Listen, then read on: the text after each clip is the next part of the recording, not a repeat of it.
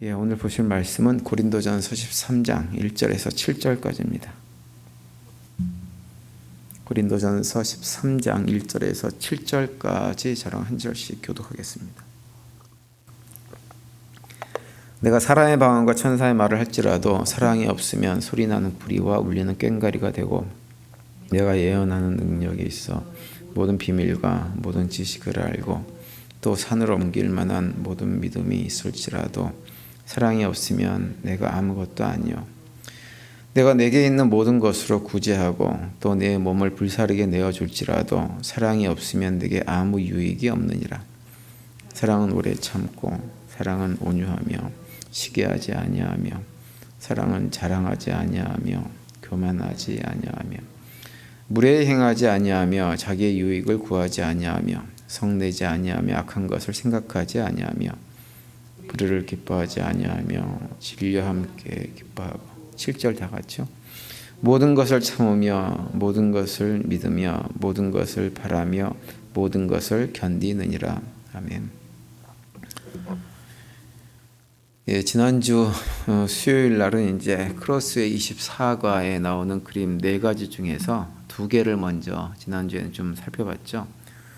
그때 봤던 첫 번째 그림은 이제 요 그림이었는데, 요 그림은 그 성찬식에 관한 중요한 이해 3가지를 설명해 주고 있는 그림이라고 말씀을 드렸습니다. 그래서 맨 위에 것은 이제 그 캐톨릭 교회에서 주장하는 성찬식의 의미를 이렇게 그려놓고 있는 거죠. 그래서 이제 캐톨릭은 신부가 성찬식을 할 때 떡과 포도주의 축성이라고 그러죠. 축복 기도를 하면 그 떡과 포도주가 실제로 예수님의 몸과 그 살과 피로 이렇게 변한다, 이렇게 믿습니다.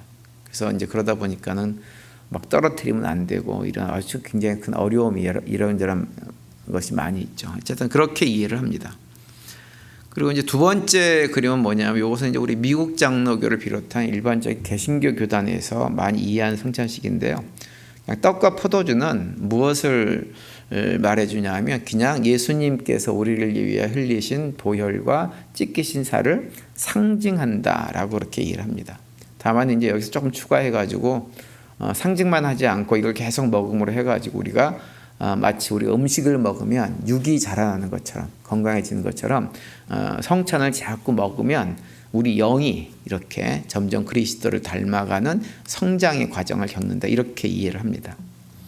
그리고 이제 마지막 3번째 그림은 이제 크로스웨이를 만드신 그 헨리 웬트 목사님이 루터교 교인 목사님이기 때문에 루터교 자기네 교단 걸 가장 중요하게 생각해서 3번째 그려놓은 겁니다. 근데 루터교에서 이해하는 성찬식의 어떤 의미인데, 이것은 뭐냐면 성찬을 먹을 때, 그러니까 이렇게 기도를 하면 그때 이제 캐톨릭처럼 떡과 포도주가 예수님의 살과 피로 바뀌는 건 아니지만, 우리가 먹으면 우리 안에 신체 안에 들어오면 그것이 또 살과 피로 바뀐다, 이렇게 이해를 해가지고 이렇게 성찬식을 행합니다.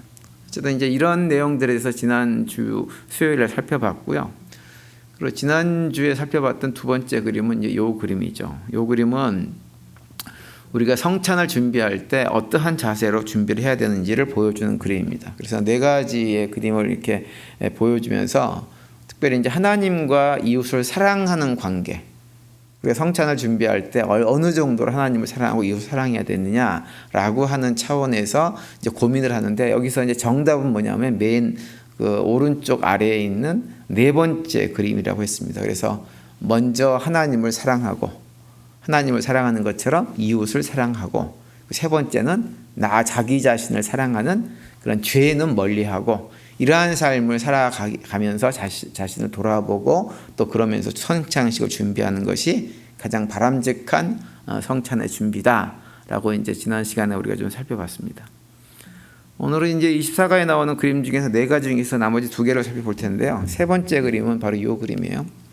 이 그림입니다. 이 제목은 이제 천국 식사의 결과라고 하는 이제 제목인데요. 천국의 식탁인 성찬에 참여하는 성도들이 성찬을 먹고 마시면서 이제 그걸 먹고 마시는 사람들이 실제로 우리가 살아가야 될, 추구해야 될 삶의 방향은 무엇이냐라고 하는 것을 우리에게 보여주고 있는 그림이에요. 여기 보시면 이제 네 가지의 그림이 있고 가운데 시커먼 동그라미 안에 글자가 써져 있습니다. 이렇게 써 있어요. 이렇게 여기 보면은 이제 각 그 그림별로 에로스, 그다음에 스톨케, 필리아, 아가페 이렇게 기록이 되어져 있죠. 요건 뭐냐면 이제 고대 그 예수님 당시 예수님이 살아계시고 초대교회가 당시에 이제 헬라어로 이제 많이 그 사람들이 언어를 통용하고 했었는데 그 헬라어에 보면은 사랑으로 번역되는 단어가 네 가지가 있습니다. 요것이 이제 여기 언급되고 있는 네 가지예요. 그래서 그 사랑으로 번역은 되지만 그 의미가 무엇인가라고 하는 것을 보여주는 것이 이 세 번째 그림의 각각 네 개의 그림입니다. 그래서 이제 첫 번째로 이제 보면 에로스는 이런 그림이 그려져 있죠. 에로스. 남녀가 그려져 있잖아요. 그래서 이제 에로스는 뭐냐 하면 남녀 간의 사랑을 에로스라고 불렀습니다. 에로스. 그리고 이제 이 에로스 밑에 그려진 그림이 뭐냐면 이 가족 그림이에요. 가족 그림. 그리고 위에 보면 스톨케라고 적혀 있죠. 스톨케라고 적혀 있는데 스톨케는 여기 이제 그림에 있는 대로 가족 간의 사랑입니다.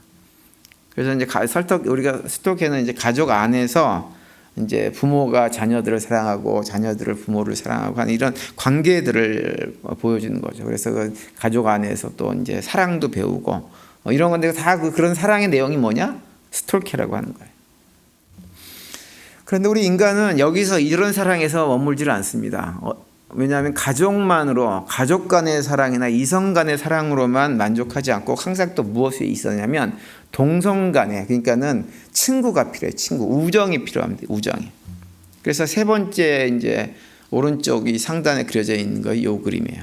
요거 필리아라고 하는 단어가 옆에 쓰여져 있죠. 그래서 여기 보면은 남자 이렇게 그려져 있잖아요. 어린아이가 두 명이 그려져 있는데 이건 친구를 그리는 거예요. 친구. 동성 간의 친구. 그래서 동성 간의 친구들의 우정을 필리아라고 하고 그걸 사랑으로 번역하기도 합니다.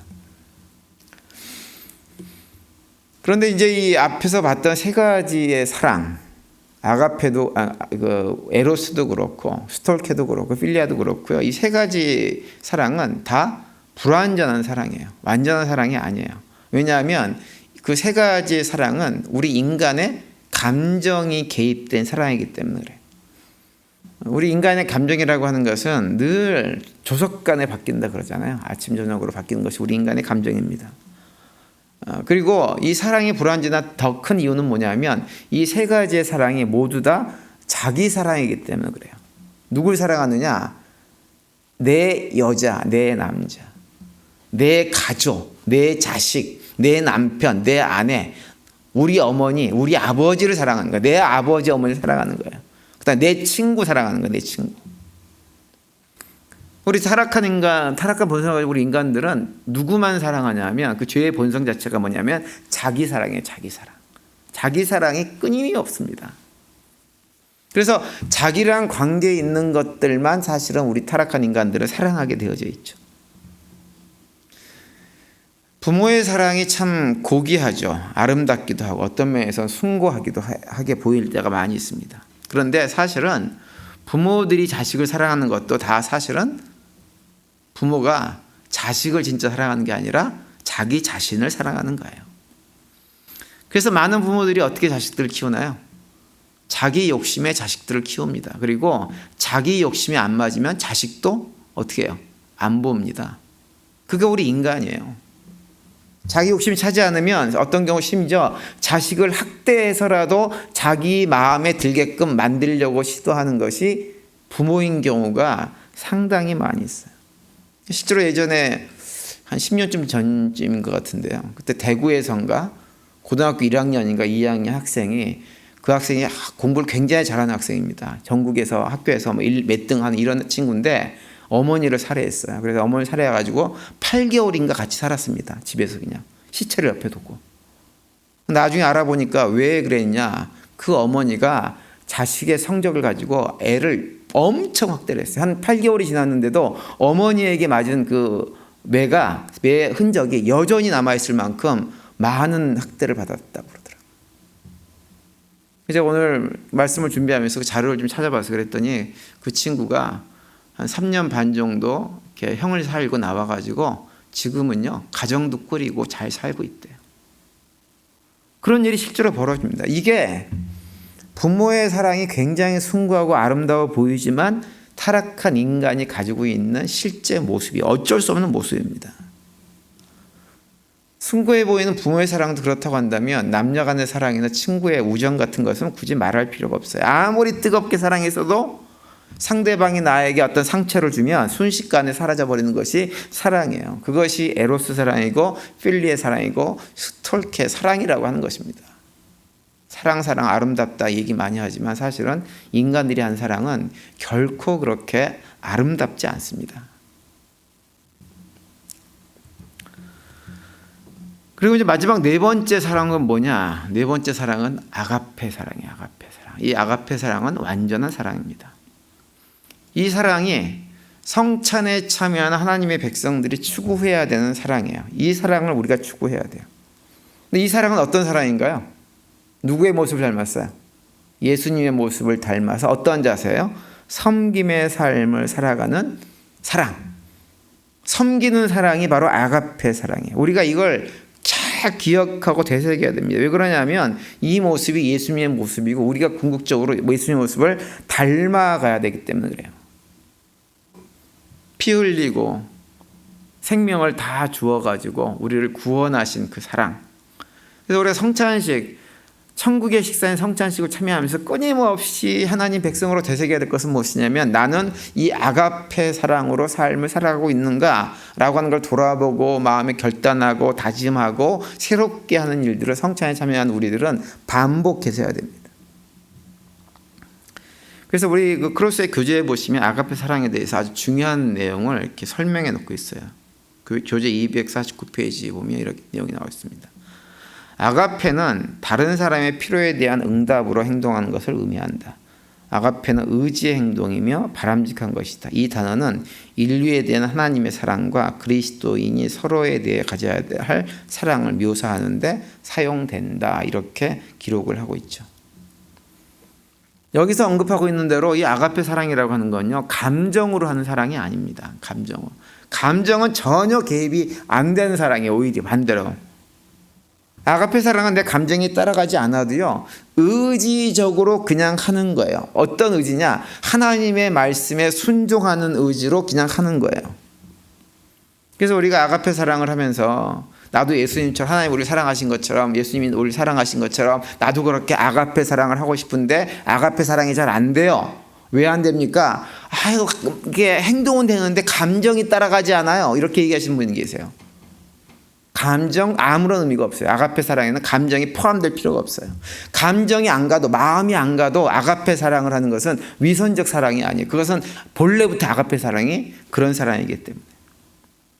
오히려 감정이 동반되지 않기 때문에 아가페 사랑은 더 위대한 사랑인 거예요. 왜? 할 수 없는 사랑을 하는 것이 아가페 사랑입니다.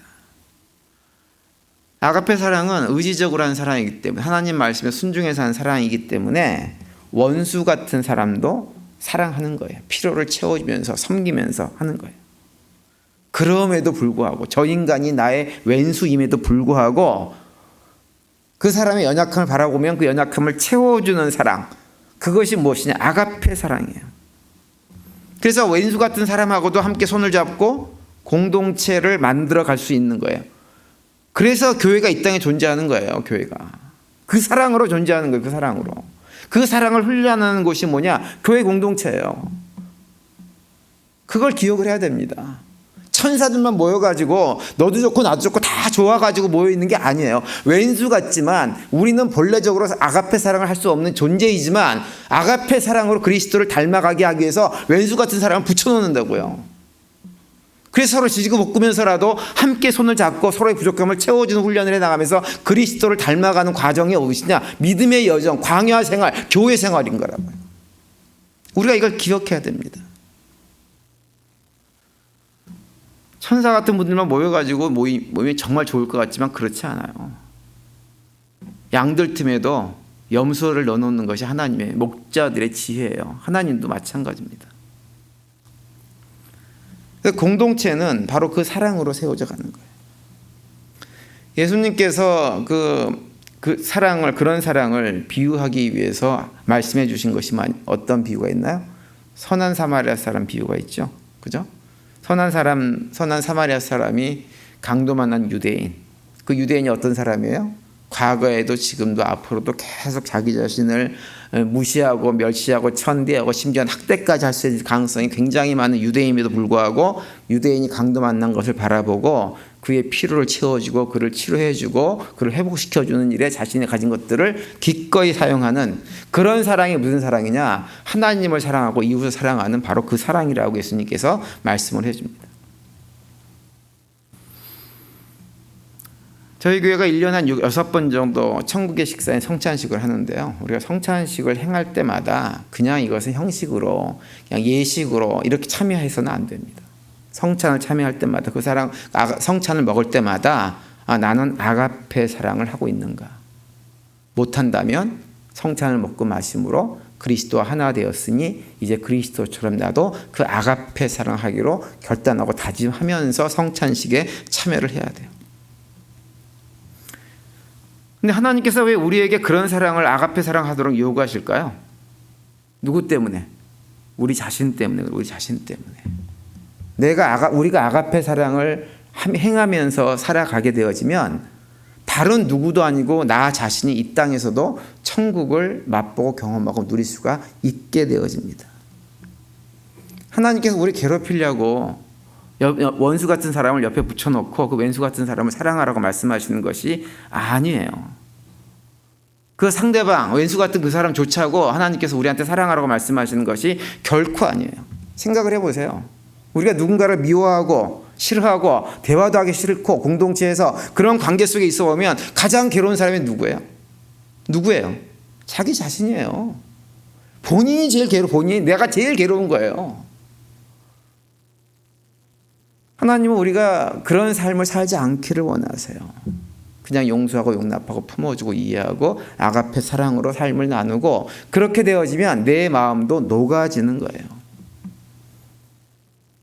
제가 말씀드렸는지 모르지만 저는 초등학교 5학년 때부터요 대학교 1학년 때까지 지옥 같은 삶을 살았어요. 누구를 미워해서? 아버지를 미워해가지고. 그 어린아이가 아버지 믿다고 지옥으로 살았던 사람이 저예요. 근데 어느 날 하나님께서 제 마음에 오셔가지고 그 아버지다 미움을 다 치워주셨어요. 그 다음부터 얼마나 삶이 편안해졌는지 모릅니다. 저희 아버지가 아무리 어렸을 때 저한테 했던 그 못된 그 모습을 지금도 보이시지만 지금은 좀 줄어들었어요. 저희 아버지 한 80 먹을 때까지도 그러셨어요. 그 연세 때까지도 그러셨는데 그런 모습을 보면서 저한테 아무런 마음의 상처가 안 될 만큼 하나님께서 마음을 쓸어주셨어요. 천국을 누가 누리냐? 제가 누리고 사는 거예요. 제가 아가페 사랑에 대해서 이렇게 말씀을 드리는 이유는 제가 그걸 살아보고 그게 너무 저한테 평안을 주셨기 때문에 권해드리는 거예요.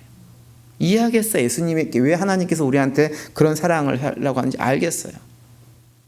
그렇지 않으면 우린 지옥을 경험할 수밖에 없는 거예요. 100% 완벽하게 100% 사랑을 하는 대상이 아니라 나 자신을 위해, 본인 자신을 위해서 그렇게 살아가라고 하는 거예요. 저는 우리 성도님들이 원수 같은 주변에 있는 사람 때문에 삶을 망가뜨리지 마시기 바랍니다. 그런 사람조차도 사랑으로, 아가페 사랑으로 대하면서 오히려 그 가운데서 참된 자유함을 누리고 참된 천국을 맛보고 경험하고 누리며 살아가는 그런 복된 삶을 살아갈 수 있게 되기를 간절히 바랍니다. 그리고 다음 그림은 이 그림이에요. 이 그림. 하늘에서와 같이 땅에서도라고 하는 그림인데요. 이 그림은 성경에서 사랑에 대해서 가장 많이 강조하고 잘 설명해 주고 있는 성경 말씀인 고린도전서 13장 말씀을 가지고 그려진 거예요. 여기 보시면 그림이 위아래 두 개가 그려져 있죠. 그래서 먼저 위에 그림을 보시면 이런 내용입니다. 이런 그림인데 꽹과리 그림이 그려져 있어요. 이 그림은 고린도전서 13장 1절과 2절 말씀을 기초로 그린 그림인데 말씀을 보면 이렇게 돼 있죠. 내가 사랑의 방언과 천사의 말을 할지라도 사랑이 없으면 소리나는 구리와 울리는 꽹과리가 되고 내가 예언하는 능이 있어 모든 비밀과 모든 지식을 알고 또 산으로 옮길 만한 모든 믿음이 있을지라도 사랑이 없으면 내가 아무것도 아니요. 이렇게 말씀합니다.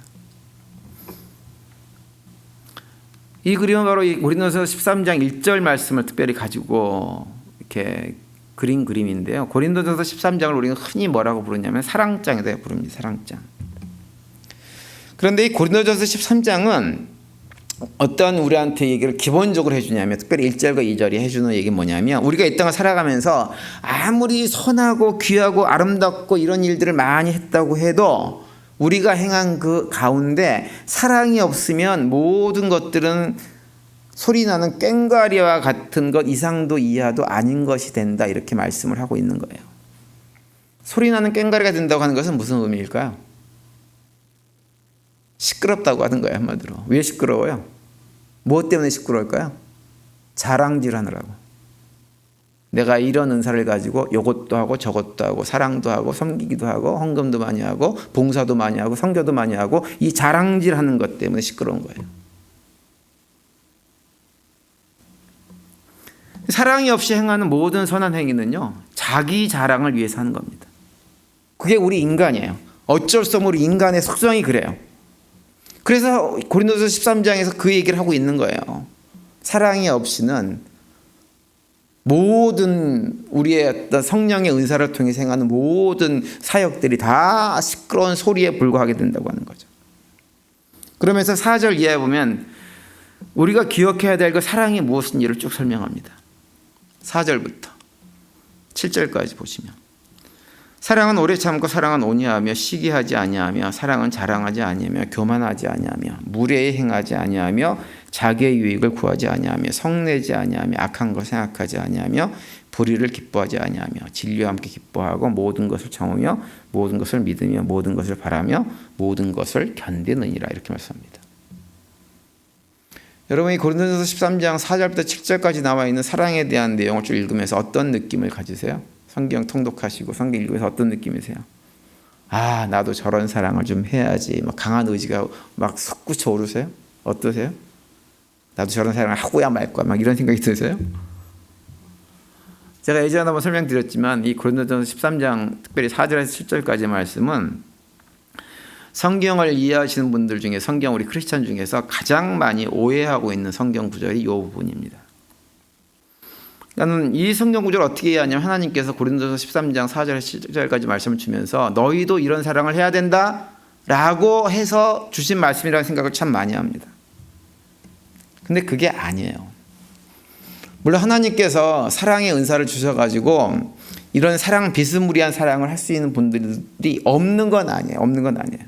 그런데 비슷할 뿐이지 여기서 언급한 사랑을 우리는 못합니다. 왜 우리는 이런 사랑을 못할까요? 하시는 분 손 들어보세요. 혹시? 아, 나 목사님 전 하는데요? 한번 손 들어보세요. 인터넷으로 이걸 보시는 분들도 나는 합니다라고 얘기하는 분 단 한 분도 안 계실 거예요. 수천만 명이 본다고 해도 아무도 이 사랑을 할 수 있다고 이 얘기하지 못합니다. 왜 못할까요? 못한다는 얘기는 뭐예요? 이 사랑이 우리가 할 수 있는 사랑이 아니라고 하는 거예요. 이 고린도전서 13장에 나와 있는 사랑은요, 우리가 할 수 있는 사랑이 아니라, 우리가 할 수 있어서 우리한테 하라고 하는 사랑이 아니라 하나님께서 우리를 향해서 해 주신 사랑을 얘기하고 있는 거예요. 고린도전서 13장 바로 앞에 12장에는 무엇에 대한 기록이 나오냐면 성령의 은사에 대한 기록이 나와요. 우리는 성령의 은사 그러면 성령이 우리에게 주시는 어떤 능력을 늘 생각을 하는데, 은사란 말은 뭐냐면 기프트란 말이에요. 그냥 기프트, 선물이란 말, 선물. 하나님께서 우리에게 주신 선물이 많이 있어요. 그 가운데 어떤 것들은 능력 있는 어떤 우리의 어떤 탤런트 같은 것들이, 기능 같은 것들이 있어요. 그런데 그것만 있는 것이 아니에요. 고린도서 12장에서 성령의 은사를 쭉 설명을 하고 나서 31절에 마지막에 이렇게 얘기를 합니다. 너희는 더 큰 은사를 사모하라. 내가 또한 가장 좋은 길을 너희에게 보이라, 이렇게 얘기합니다. 여기서 가장 큰 은사가 뭐예요? 이거 우리 사랑으로 생각해요. 그냥 사랑. 내 안에 사랑의 은사가 있어 사랑이 철철철 넘치게 하는 그런 능력을 갖게 하는 사랑을 사모하라, 이렇게 이해를 하는데 그게 아니에요. 우리는 그렇게 하지 못합니다. 어떤 사람도 그런 사랑은 하지 못합니다. 여기서 얘기하던 더 큰 은사를 사모하라는 얘기는, 다시 말하면 더 큰 하나님께서 너희들에게 준 기프트, 선물을 사모하라고 하는 거예요. 그 선물이 뭐예요? 사랑의 선물. 하나님께서 우리를 위해서 주신 사랑, 그 사랑 자체, 그 선물을 갖다가 사모하고 그것을 가장 귀하게 생각하라고 하는 거예요. 하나님께서 우리를 향한 해서 해주신 사랑이 어떤 사랑이냐? 온유한 사랑이에요. 하나님은 우리에게 말로 다 할 수 없는 큰 사랑을 하셨음에도 불구하고 그 가운데 교만함이 요만큼도 없어요. 눈꼽만큼도 없어요. 그리고 하나님은 온유하세요. 자기의 유익하고는 아무 상관도 없는, 우리를 구원하셨다고 해가지고 하나님한테 아무런 유익이 되지 않는데 우리를 구원하시는 그런 사랑이 하나님의 사랑이에요. 그러면서 십자가의 그 모진 고난들을 참고 견디고 이기면서 우리를 죄와 사망의 자리에서 구원해내시는 그 사랑, 그 사랑을 사모하고 기억하라고 하는 거예요. 그래서 우리가 어떤 하나님께 주신 능력으로 어떤 사역을 감당할 때 그렇게 사역을 감당하게 된 이유가 무엇이냐? 다른 것 때문이 아니라 하나님께서 우리에게 그런 사랑을 베풀어 주셨기 때문에 내가 지금 이렇게 하나님 백성으로 삶을 살아가고 성령의 능력을 받아가지고 이런 사역을 감당한다는 것을 기억하고 행하게 되어지면 우리는 어떻게 되느냐? 그 행함이 아무리 대단한 행함이라고 할지라도 그것은 자랑하지 않게 된다고 하는 거예요. 그런데 그 사랑을 기억하지 않고 마치 그 모든 능력이 나에게서부터 나온 것처럼 착각을 하게 되어지면 어떻게 되느냐? 시끄럽게 되는 거예요. 자랑하고 폼잡고 나보다 좀 못한 사람 오면 깔보고 이런 일들을 반복하는 거예요. 그리고 우리 하나님께서 우리에게 주신 그 사랑을 기억한다고 하는 것은 단순하게 머리로 기억하는 것만이 아닙니다. 하나님께서 우리에게 준 사랑을 기억한다고 하는 것은 하나님의 사랑을 닮아가고 싶은 마음을 품는 거예요. 그것이 기억하는 거예요. 마치 우리가 가정에서 자녀들이 부모에게 사랑을 많이 받고 자라면 그 자녀들이 커서 어떻게 하나요? 그 자녀도 사랑 많은 자녀가 되어져요. 어렸을 때 자랄 때 부모에게 충분한 사랑을 받지 못하면 커서 잘 사랑을 어떻게 해야 될지 잘 모릅니다. 그것이 현실이에요. 우리는 많은 경우에 부모로부터 그런 사랑을 충분하게 받지를 못해서 사실은 사랑을 잘 못하는 거예요. 안타깝지만 서로 피차 마찬가지예요. 근데 우리가 하나님의 사랑을 기억하고 그 사랑을 마음에 품고 살아가고 내가 이만큼의 놀라운 사랑을 받은 존재인구나라고 하는 깨달은 사람들은요, 하나님의 모습을 닮아서 나도 원수 같은 사람조차도 품고 살아야지 이런 마음을 품게 되어지는 거고, 그런 아가페 사랑을 품고 살아가게 되어지면 우리의 삶이 복되어지는 것입니다. 그런데 그 사랑을 기억하지 못하면 다시 말씀드리지만 시끄러워지는 거예요. 다 내 공로, 내 자랑거리가 되어지고 심지어는 나중에는 다 본전 생각 나가지고 조금이라도 사람이 나를 이렇게 서운하게 하면 그게 또 화가 나가지고는 그냥 그것 때문에 그냥 난리 법석을 치고 이런 일들이 벌어지는 것입니다. 그래서 우리가 우리의 아가페 사랑이 울리는 꽹과리와 같은 시끄러운 곳이 되지 않으려면 무엇보다도 우리가 하나님께 받은 선물로 받은 은혜로 받은 그 사랑을 잊지 말고 살아가야 돼요. 그리고 그 사랑에 기초해가지고 우리도 하나님 우리를 사랑하신 것처럼 우리도 아가페 사랑을 하면서 살아가려고 애를 써야 됩니다. 그럴 때 우리의 삶이 어떤 환경 속에 있어도 어떤 누가 나를 괴롭히고 힘들게 해도 그것이 문제가 되지가 않는 거예요. 그러면 자유가 있고 평안이 있고 기쁨이 있는 삶을 살 수가 있게 되었습니다. 그리고 이제 아래 그림은 이 그림이거든요. 이 그림인데 이 그림은 고린도전서 13장 13절 말씀을 가지고 그린 그림이에요. 그 말씀 보시면 이렇게 돼 있죠. 그런즉 믿음, 소망, 사랑 이 세 가지는 항상 있을 것인데 그 중에 제일은 사랑이라 이렇게 말씀합니다. 왜 사랑이 제일이라고 했을까요? 이 그림이 이걸 잘 우리한테 보여줍니다. 이 그림이 앞에 그림이. 여기 보시면 이 그림에 보면 가운데 문이 있죠, 그죠? 이 문은 어떤 문이냐면 영생으로 들어가는 문이에요. 그리고 이제 왼쪽에 보시면 어떻게 되어 있냐면 믿음, 소망이라고 써 있어요. 믿음, 소망. 근데 이 믿음과 소망은요, 영생의 문을 통과하지 못합니다. 왜냐하면 통과하지 못하는 이유는 아버지 집, 영생의 삶으로 들어가게 되어지면 이 믿음과 소망이 필요가 없어요. 왜 필요가 없을까요? 이 믿음과 소망이 바뀌어요. 뭘로 바뀔까요? 이렇게 바뀌어요. 시야, 경험으로 바뀌어요. 시야는 무슨 말이에요? 내가 믿었던 것이 눈으로 확인되는 거예요. 내가 소망했던 것이 실제로 경험되는 거예요. 바뀌어요. 그러니까는 나중에 믿음, 소망은 아버지 집에 가면 존재할 이유가 없어요. 아예 없어요. 가질 이유가 없어요. 왜냐하면 모든 것을 내 눈으로 직접 보고 내가 직접 경험을 다 하기 때문에, 내가 바라던 것들, 원했던 것들, 궁금했던 것들이 다 깨달아 알게 되어지고 눈으로 직접 보게 되어지고 직접 경험되어지는 삶을 살기 때문에 믿음, 소망은 더 이상 필요가 없는 거예요. 그런데 사랑은 천국에 가서도 동일하게 그대로 유지된다고 하는 것이 이 그림의 내용이에요. 이 땅에서 우리가 하나님이 우리를 사랑하신 것처럼 그 아가페 사랑을 하면서 열심히 섬기는 삶을 살아가게 되어지면 그 섬기는 삶은 어디까지 연결되는 거예요? 천국도 그런 사랑으로 사는 곳이 천국이에요. 그런 사랑으로. 지금 우리가 아가페 사랑을 온전하게 못하지만 지금 아가페 사랑을 겨우겨우 해가면서 맛보고 경험하는 천국을 아버지 집에 가면 어떻게 경험하냐면 그 사랑을 10,000배쯤 뻥튀기 해가지고, 10,000배는 더 될지도 몰라요.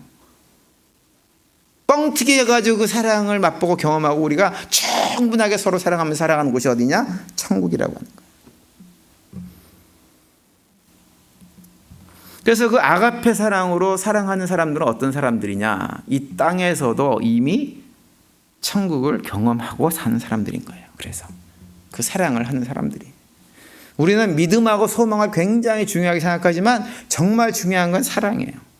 사랑을 할 때, 아가페 사랑을 할 때 이 땅에서 천국을 맛보는 거예요.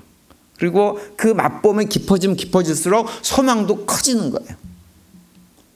그래서 실제로 맛보다 보면 믿음도 더 굳건해지는 거예요. 나중에 가면 확인하는 거고. 그 모습이 성찬에 참여하는 성도들의 모습이에요. 그래서 우리 성찬을 참여하면서 과연 우리는 그러한 자세로 성찬에 참여하고 있는가를 자꾸 살펴야 돼요.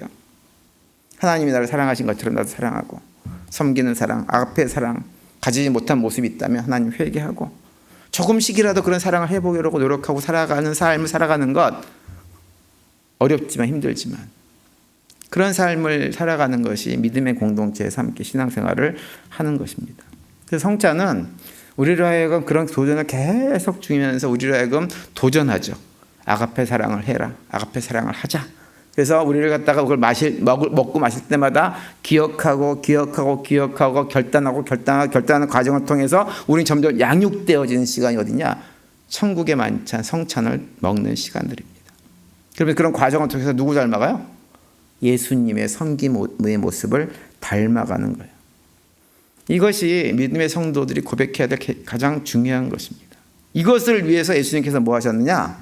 우리에게 성찬을 준비해 주신 거예요. 주님 오실 때까지 내가 너희들에게 행한 이 모든 것들, 이 아가페 사랑으로 행한 모든 것들을 기억하고 기념하고 되새기라고 우리에게 성찬을 마련해 주신 것입니다. 우리가 예수님을 믿는다고 하는 것을 잘못 생각하면 예수님께서 우리를 위해서 십자가에서 못 박혀 죽으시고 우리를 사망의 자리, 생명의 자리로 옮겨주신 것만 믿으면 된다고 생각하는 경향이 있어요. 아니에요. 예수님을 믿는다고 하는 것은 물론 그것도 믿는 것이지만 예수님께서 아가페 사랑으로 이 땅에서 삶을 사시면서 행하셨던 모든 것들, 그 삶이 나를 참으로 복되게 하는, 내가 이 땅에서도 천국을 누리게 하는 참 생명의 길임을 고백하고 믿고 확신하고 그 길을 따라가는 길이 무엇이냐면 믿음의 길을 걸어가는 것입니다. 빌립보서 2장 12절에 보면 이렇게 말씀을 해주고 있죠. 그러므로 나의 사랑하는 자들아, 너희가 나 있을 때뿐 아니라 더욱 지금 나 없을 때에도 항상 복종하여 두렵고 떨림으로 너희 구원을 이루라, 이렇게 말씀합니다. 여기서 너희 구원 이루라고 하는 것은 다시 얘기하면 예수님의 모습을 계속해서 닮아가기 위해서 최선을 다하라고 하는 거예요.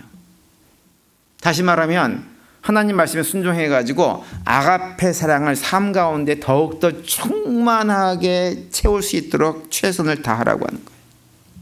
근데 그렇게 하는 것을 어떠한 마음으로 하느냐? 어떠한 마음이에요? 두렵고 떨리는 마음으로. 왜 두렵고 떨리는 마음으로 아가페 사랑을 우리 삶에 충만하게 만들려고 말씀을 하실까요? 협박하려고 하는 것이 아니라 최선을 다하라는 얘기예요. 그냥 최선을 다해라.